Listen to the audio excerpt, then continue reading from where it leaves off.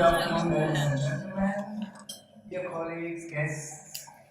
Welcome to the Max Planck Institute here in Luxembourg for the lecture of today. The European Union is facing difficult times. Current keywords are inter alia, the financial crisis, the refugee crisis, Brexit, and growing concerns regarding the respect of the rule of law by the governments of some EU member states. Many European citizens are much concerned about the current pressure courts and justices are facing in some member states, even today. In times of crisis, the European Court of Justice has a specific, increased responsibility for the preservation of Union law for its effective application in the Member States. Recurrently, the Court of Justice is being asked by national courts about the legal implications of the present crisis for the application of Union law in the Member States. I don't want to anticipate the presentation of Daniel Sarmiento, who is currently a guest at the Max Planck Institute for Procedural Law. He kindly agreed to give a lecture about fighting illiberalism through courts, the rule of law at the Court of Justice of the European Union. This presentation is a very topical one. It is not really necessary to present Daniel Sarmiento to an audience in Luxembourg, as he was a referendare à la Cour from 2007 to 2015, working in the cabinet of Advocate General Pedro Cruz Villalona. At present, Daniel Sarmiento is a professor of EU law at the Complutense University of Madrid. And when he started there, he immediately published a textbook on European law. But he is also a practicing lawyer and from time to time around here in Luxembourg. So it's my great pleasure that you agreed to make this presentation today, and I would like to give you immediately the floor.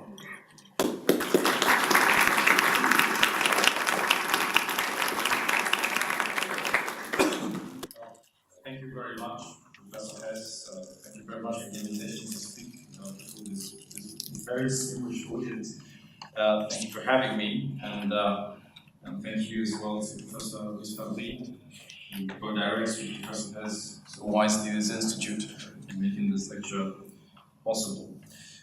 The topic, it is topical, and indeed it's very much a la mode, considering these events that we are witnessing in some member states, but also in other countries. But the purpose of the presentation is to put the focus of the events we are witnessing these times from a legal perspective.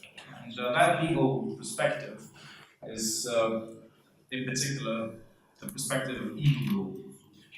And in order to put those events into the perspective of EU law, I've made this structure of the presentation, which will make it easier to follow. Because I think that before going into the topics that concern us, we should have some clear idea about what is exactly that is going on. And what's going on is that there is the rise of a movement, probably a disorderly movement, not very coherent, but it's becoming more and more coherent, which is termed by some as illiberalism. I will spend some time speaking about illiberalism, what it is, and what we've witnessed in the past, and what we are expecting in the future, and what happens when illiberalism comes to power. Because that's exactly when the concerns about the role of law appear. And that's why I will try to deal with how EU law can deal with the challenges that illiberalism poses. And these challenges have many different aspects and can be seen from many different perspectives. And that's why I will try to put all this very disorderly context of law and politics into an orderly way, and we will see if I succeed. But as I said, I will start with a brief description of what is illiberalism and why have we reached the point in which we are today. Because illiberalism now is indeed a movement that's taking place in some member states, in states outside the EU as well. And if we look at it with some detail, we can find some patterns. And those patterns are common in those days in which illiberalism has reached power. And basically, illiberalism is a political movement that tries to reach power, and once it is in power, it imposes a specific policy and concept of the state. In fact, there are some common features to all the liberal movements. They all start by preparing the ground. And by preparing the ground, I mean that liberal movements at the beginning, they don't seem to be movements that have the ability to reach power. But what they do, and they do it quite successfully, is to prepare the ground. And they prepare the ground before reaching power by working on fertile ground. And that fertile ground usually is public discontent.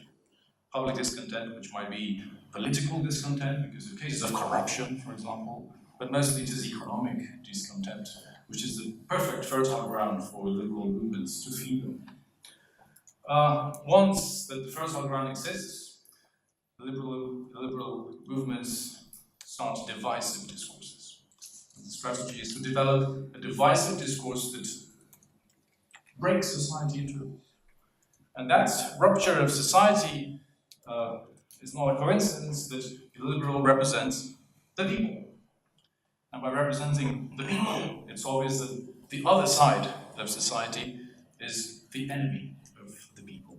And this very divisive approach towards politics, which is indeed a rupture with traditional politics in which the political competitor is not seen as an enemy. In the liberal movements, it does become the enemy. And it's not just the political opponent, it's a very ambiguous opponent, which goes beyond the political opponent. In fact, the enemies of the people can be plutocrats, global plutocrats, sometimes individualized, in the case of George Soros. They can be the rich, they can be the experts and the technocrats, they can be the establishment, whatever that might be. It might be foreigners, too. Now, once that the enemy has been determined in a very broad way, without nobody really knowing who the enemy is, but knowing that there is an enemy somewhere out there, there is a charismatic strongman there as well. But usually it's a strong man, not a strong woman. Shirtless, riding a horse, wrestling with world wrestling champion lets him win, of course. And the charismatic strongman personifies the movement. And the channels through which the movement operate are very specific channels, which are new. They are the channels which we now call, for example, fake news, which is basically not very reliable information, unreliable information. The use of social media, and as a result of that, the creation of silo effects. And silo effects are small communities which, through social media process unreliable information, usually created by the promoters of the liberal movement. This is how the ground is prepared.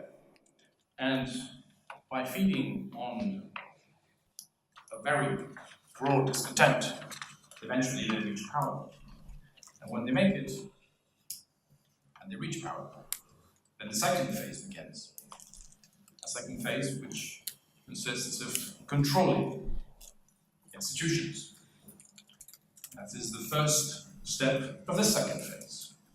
The control of institutions, which of course begins with the executive. Once they reach power, they reach government. But although it's very frequent in member states that when there is a change of government, there is a change of authorities at political level. In the case of liberal movements, the change is much more radical. And the change is characterized by the arrival of loyal members of the movement at the top levels of government, of the executive. And that includes, of course, also independent technical institutions, which can be considered to be part of the executive, although independent. There is, of course, the next step, which is the control of courts. Not because courts might be political, but simply because they are independent, because they don't have that trait of loyalty towards the movement. They have to be controlled as well.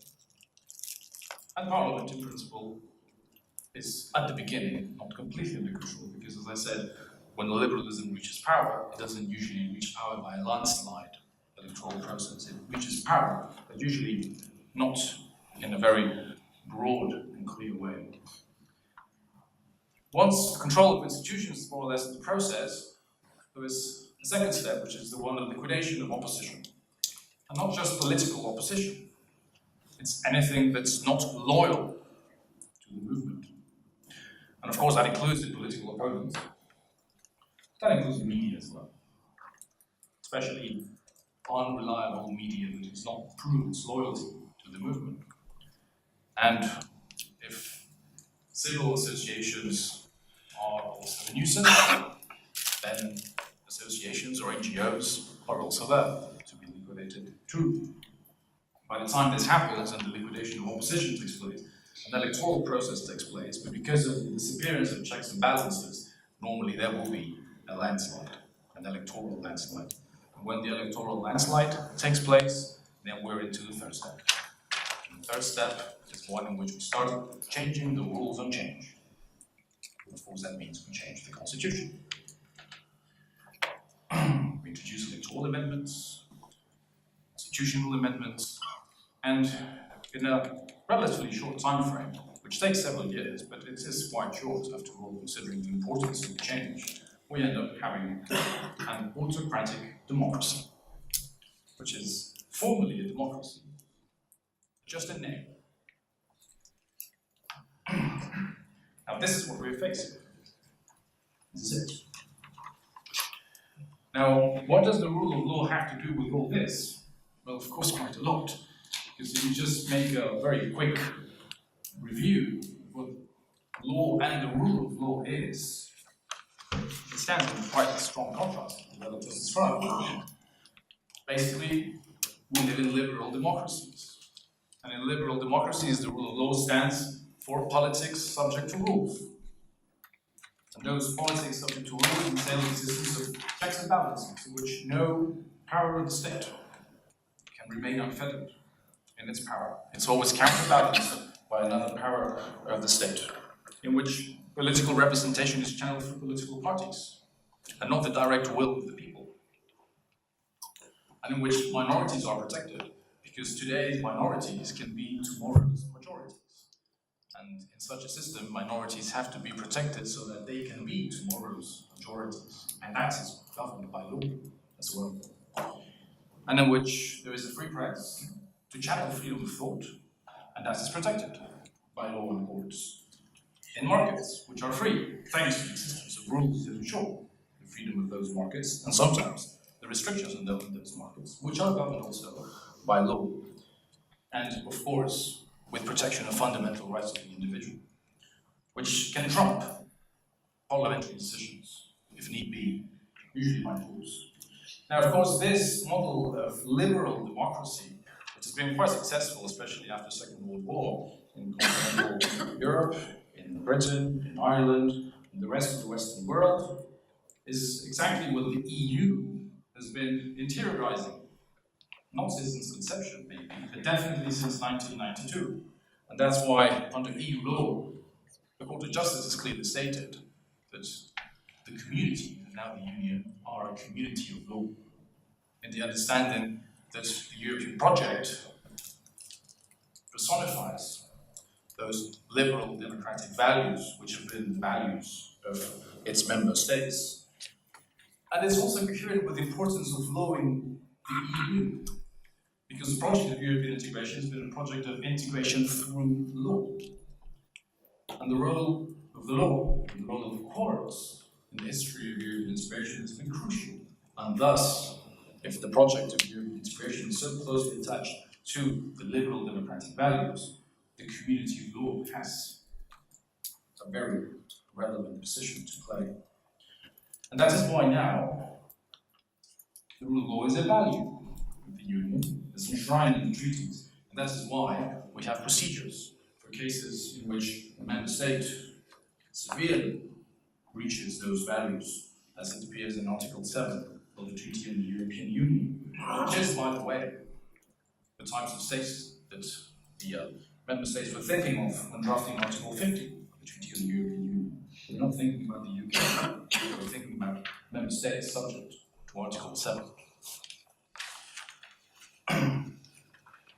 So, with this in mind, can EU law be a tool to, as the title of this lecture says, fight some of the most questionable aspects of illiberal politics? Well, if we go back to the chronological way in which illiberalism acts, EU law does have some powerful tools, some more powerful than others, and in the same temporal structure too. Look at how illiberal movements try to reach power. We do have tools under EU law to stop some of those policies. As I said before, there is the existence of aggressive discourse against an enemy, which might include certain groups. We do have rules on hate speech under EU law, although it's clear that these are harmonizing rules in a framework decision, which is the case of Framework Decision 2008-913 on racism and xenophobia. Of course, this framework decision harmonizes criminal, and therefore the scope of this instrument is limited. It is also true that the Court of Justice has never interpreted this framework decision. And it is also true that the occasions in which hate speech has appeared through other forums before the courts, for example, in the case of Deckman, what has been very careful in not treading into these very delicate waters. So although we do have some instruments to fight hate speech, it is true that these instruments are still not very solid, and the case law does not help very much in making sense out of them. There is a current initiative from the Commission to combat unreliable information, fake news, with the intention of creating an EU-wide code of practice, mostly for social platforms, social media. We don't have legally binding instruments yet, but this is what we have for the time being, and this is true. It's true that the project is very recent, and mostly as a result of the Commission's concern with upcoming electoral processes, including the elections to the European Parliament next year. So there is something, not much, but there is something for the preventive, as a preventive tool, in the moments in which illiberalism tries to reach power. But once illiberalism is in power, and when the process of control of institutions and liquidation of the opposition begins, then what do we have? And here we have stronger tools. We have stronger tools and we have stronger case law from the Court of Justice as well. If we focus on the control of the executive, and putting within this category also independent technical institutions, for example, independent agencies on data protection, for example, we do have precedents in which the Commission has been actively promoting the protection of independence of independent agencies in member states when they have come under attack by the member state. That was the case of Commission Hungary, in which the Commission considers the amendments of the Data Protection Act that included the removal of all the members of the Data Protection Authority in Hungary for the purposes of reforming the institution was considered to be a breach of the mandate of independence provided in Directive 95/46, the old Directive on Data Protection, which required the existence of independent data protection authorities. The similar approach in Normandia, when something similar happened in Spain, in which Spain made a fusion of all the independent regulators, but in the course of that process, it decided to dismiss the prior sitting members of those regulators. That was taken through, by way of a reference to Luxembourg, and the Court of Justice came to the same conclusion as the Commission Hungary. And that reached Directive 2002/21 on network services and electronic networks, which imposes on member states the duty to have independent authorities, telecommunications authorities.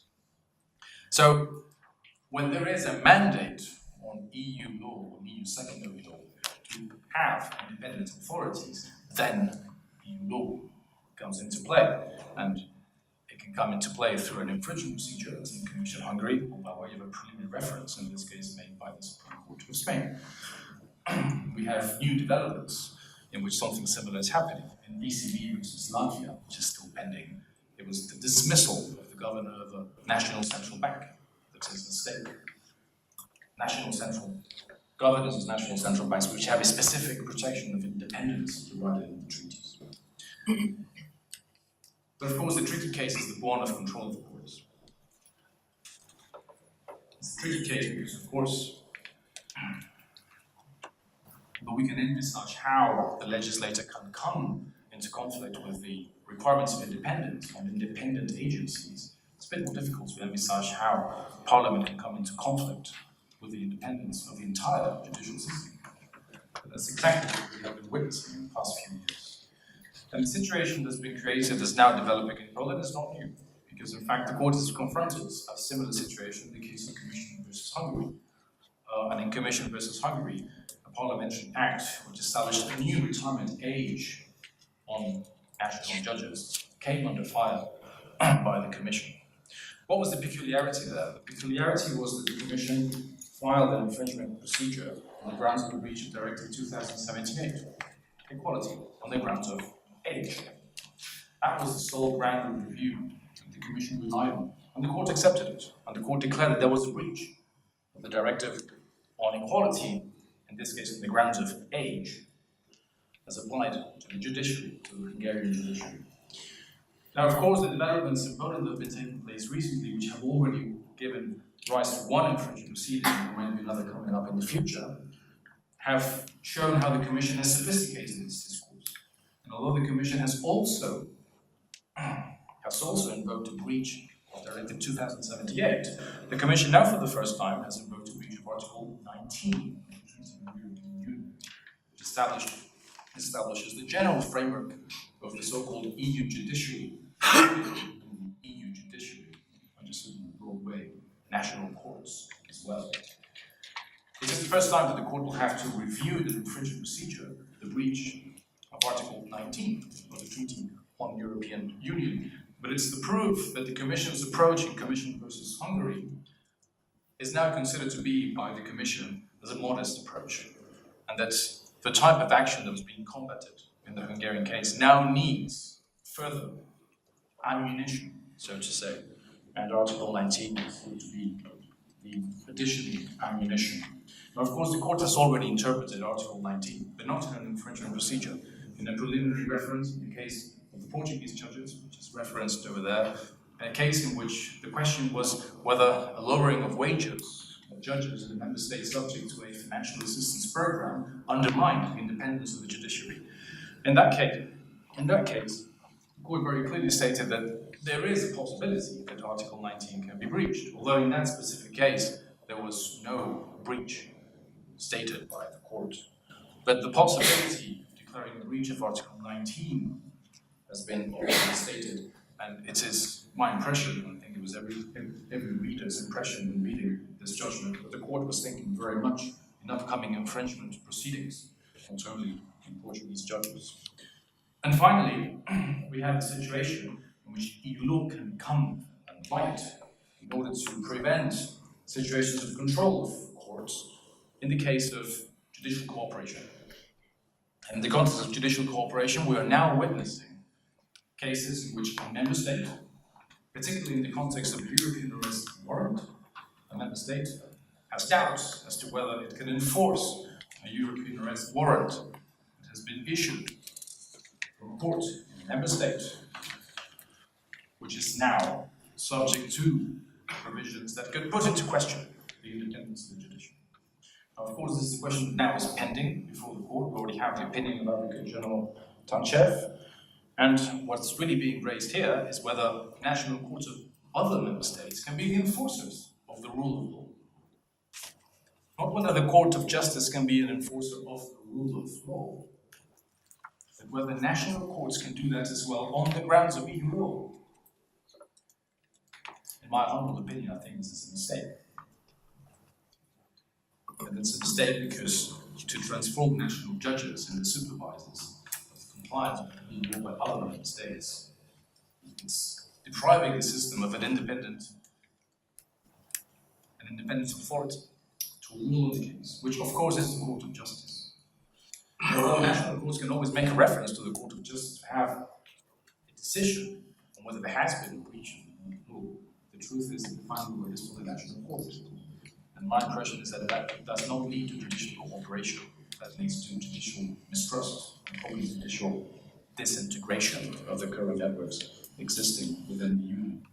And as it has been developed by the case law of the court, this kind of control by national courts is a two-step control, in which first there has to be an analysis of the systemic infringement, and secondly there has to be an analysis of the individual breach.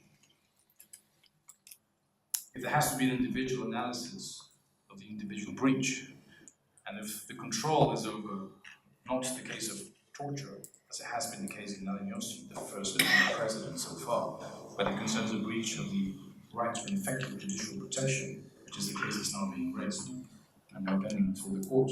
That means that another court of another member state is going to scrutinize the way in which an individual has been treated in judicial proceedings in another member state in concrete ways. And I think that that leads us to a situation of mistrust between courts. And finally, in the case of control of parliament, and in the case of measures trying to impose amendments to electoral rules for the purposes of the liberal movement, of course we do have some rules, particularly when it comes to electoral rules that apply to elections to the European Parliament and local elections. In the case of elections to the European Parliament, we have the case of Delville, in which the court has clearly stated that restrictions on the right of political participation to elections to the European Parliament are protected by EU law and by the Charter. And in the case of Delville, these were restrictions of the right to vote as a result of a criminal conviction. But the message in Delville is that restrictions on the right to vote or on the right to participate in electoral elections to the European Parliament can be scrutinized in light of EU law. And that's the overall message sent, which of course would apply to electoral processes before the European Parliament. And it could, at least for cases in which there would be discrimination on the grounds of nationality in elections, in local elections in member states. And finally, what happens when it's already too late and we are in the final step of the illiberal process of takeover of power, in which the constitution is amended, the landslide has taken place, and we are basically at the front door of the autocratic democracy? Is there anything EU law can do? Especially when you have provisions of national law in the constitutions which are clearly contrary to EU law, and they are introduced knowing that they are contrary to EU law. But when they are in the very, very limits of their conformity with EU law. We have the case of the 2011 Hungarian constitution, which is clearly on the limits, but consciously in the limits. And now we have the announcement, which we don't know if it will actually take place, of a referendum in Poland, in which one of the questions will be the introduction of a supremacy clause. This has been announced by the President of the Republic. What can we do with these constitutional clauses, which are clearly a breach of EU law, but form part of the narrative of the illiberal movement? Well, in principle, EU law has faced these kind of situations in the past. Probably not so much hostility, but it has faced situations of the kind. Because in the early days, the court has already stated that EU law prevails over national constitutional provisions, and Internationale Handelsgesellschaft is a very clear case in this regard. In the case of trial, this has forced constitutional amendments. In the case in which there was discrimination on the grounds of sex, as applied to the case of the army. This has even applied to constitutional case law. And the Court of Justice hasn't had much doubt in imposing changes to the constitutional interpretation made by constitutional courts. In the case of Maloney, by imposing a lowering of fundamental rights standards as developed by the Spanish Constitutional Court. In the case of Lantova, by imposing a change, a subtle change, but a change in the way in which international law interacts in local Czech law. And in the case of Egeberger more recently, in which the court has quite openly sided with the Labour Supreme Court, the German Labour Supreme Court, and not with the Constitutional Court in the interpretation of religious freedom and the autonomy of religious organizations.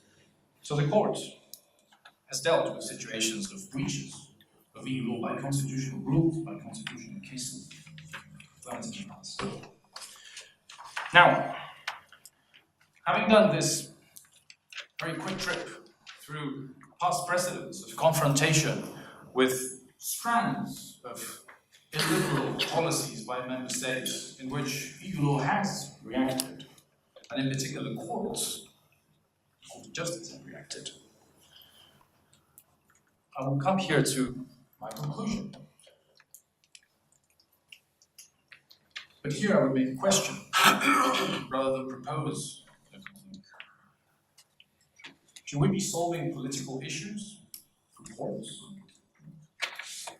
Is this really the right way to approach the crisis and the challenges that illiberal politics are creating in our society at this time? And therefore, is the rule of law the key to combat illiberalism?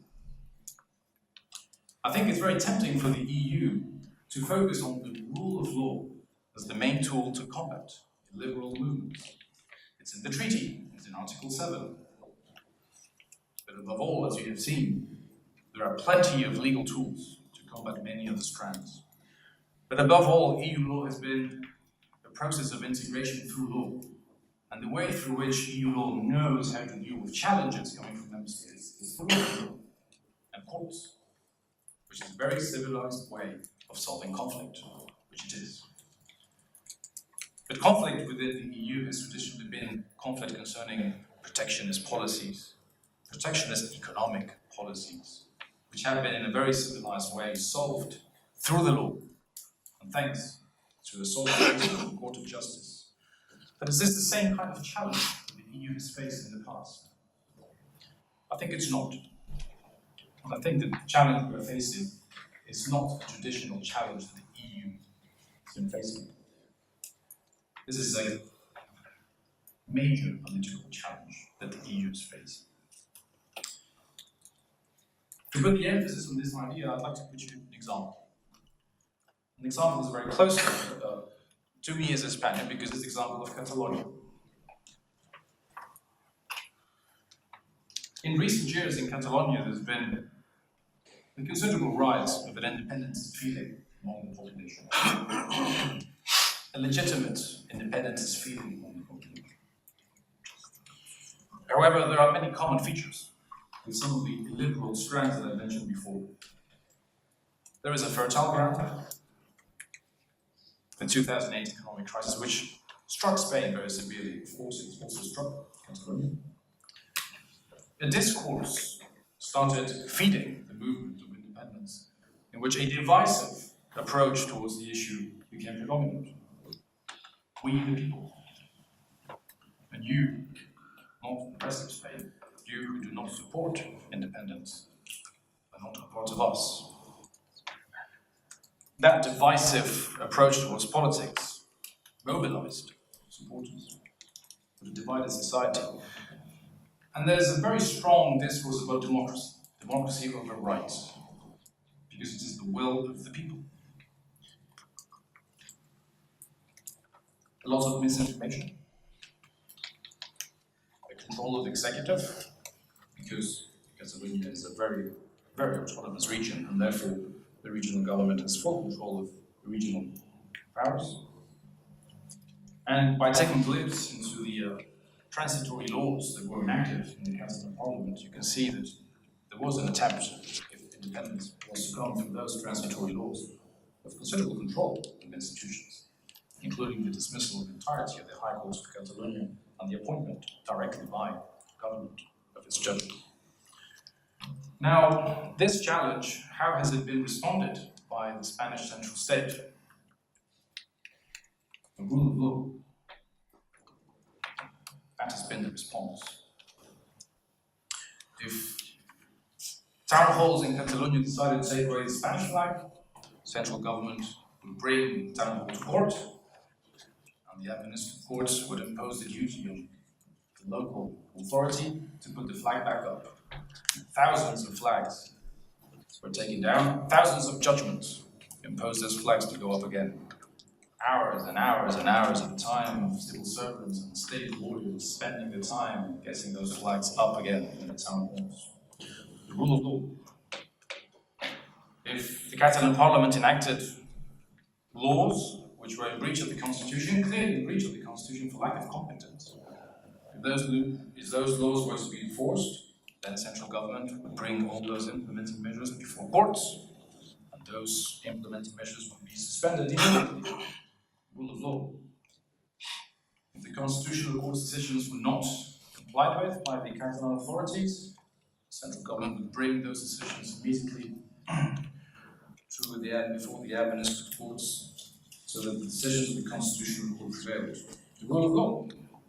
And if there is an attempt to hold a referendum with no legal effects, then the court will impose a duty on the Catalan authorities to not hold that referendum, and therefore that referendum takes place, will be stopped by force. Because the court orders so. Rule of law. And if the leaders of the movement have committed criminal offences, they will put before court. It's the rule of law. Now, where has all this led Spain? It has led Spain to its worst constitutional crisis in its most recent history.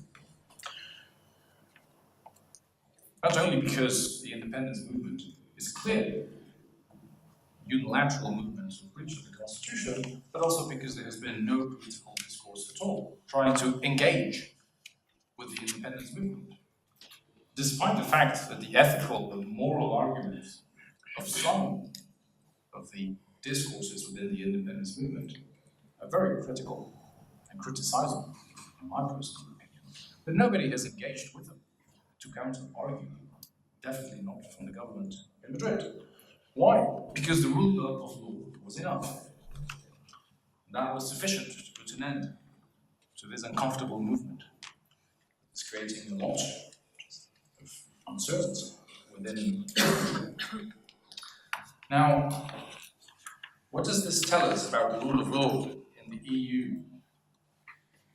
My personal opinion is that, considering the dimension of the political challenge that illiberalism poses, not just to national democracies, but to the EU itself, the rule of law is an important tool.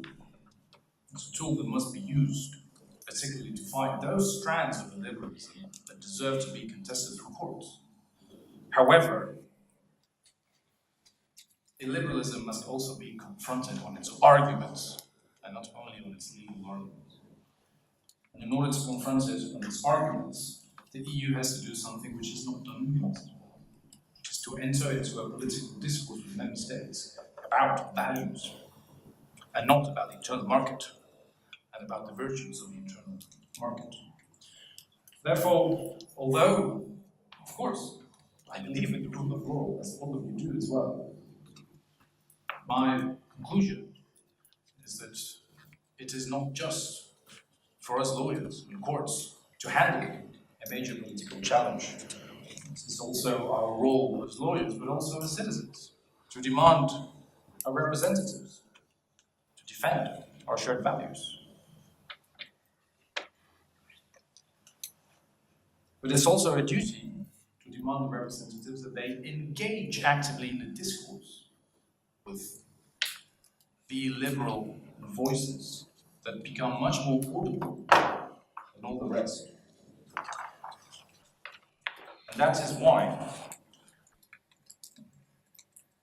although I fully support the idea of the court becoming a relevant actor in the enforcement of the rule of law, I think that the court should not become the sole protagonist in the struggle of the EU in dealing with the challenge of the liberal politics. Is there anything that the Court of Justice could do besides not becoming the sole protagonist? Besides doing all the things I've just mentioned, and the precedents that I've just relied on, there is something that I think that the Court of Justice could do, which I think it is doing in its own and peculiar way, which is the way in which courts generally act, which is subtly and discreetly, in a slow process of change. Because what the court could generally do in order to become a court not just of economic integration, but also a court of values, is to become a strong supporter and upholder of fundamental rights, and become a genuine fundamental rights court. Not so much concerned about issues which, in light of the challenge, are quite minor, such as the scope of application of the Charter, which of course is a relevant issue. But considering the importance of the challenges, probably focusing us more on the substance rather than on the form, and therefore militating more clearly in the defense of fundamental rights in Europe. What I am certain of is that that is not a task to be put on national courts. It is certainly the task to be put on the Court of Justice of the European Union as an independent or vital body. And for us too, and for us to become militant defenders of fundamental rights in Europe. Not just our domestic fundamental rights, but the fundamental rights that EU law has granted to all EU citizens, and not only EU citizens, and profit from all the potential that the Charter of Fundamental Rights has in fighting illiberalism, and fighting it soon, not too late. Because if we do it too late, then we will have the wolf looking after the chickens. Thank you for your attention.